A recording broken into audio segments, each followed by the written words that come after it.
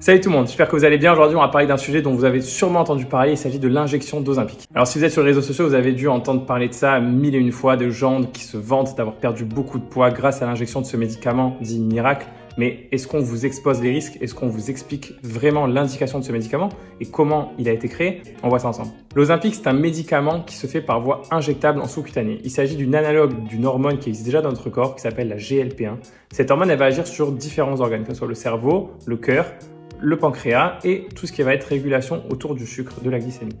L'indication de ce médicament est la suivante: prise en charge du diabète de type 2 et de la régulation glycémique et diminution du facteur de risque cardiovasculaire chez ces patients diabétiques. Si on continue à lire un peu le résumé caractéristique du produit, on peut voir qu'il y a aussi des effets sur la perte de poids. C'est sur ce point-là que les gens vont jouer et utiliser ce médicament. Alors en soi, est-ce que c'est grave de prendre un médicament qui entraîne aussi une perte de poids? Moi, je vous dirais que non.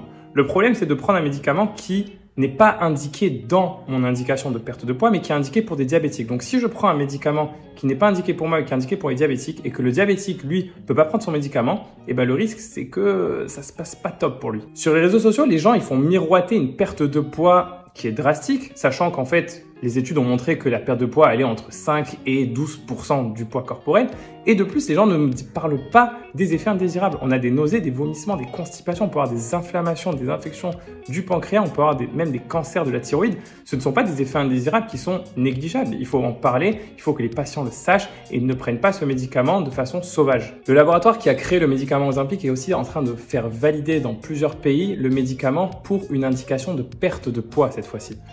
Ça peut être une très bonne idée si la prise en charge du patient est faite avec un diététicien, avec un médecin généraliste, avec un endocrinologue. Si tout ça est bien fait, bien sûr, le médicament peut être prescrit, le médicament peut marcher et avoir de bons effets pour le patient. Pour finir, vraiment, méfiez-vous de ce qu'on vous montre sur les réseaux sociaux. Les gens vous montrent un nouveau corps, vous montrent une perte de poids qui a été vraiment impeccable pour eux. Mais ils ne vous disent pas tout ça, ils ne vous parlent pas peut-être qu'ils ont fait un séjour à l'hôpital parce qu'ils ont fait une pancréatite, ils ne nous parlent pas qu'ils ont passé des journées et des nuits à vomir ou avoir des constipations. Voilà, donc méfiez-vous, les médicaments, ça se prend que si ils sont indiqués dans une pathologie spécifique. Et si vous avez un doute, n'hésitez pas à aller voir votre médecin généraliste, il vous aidera au mieux. Comme d'habitude, prenez soin de vous.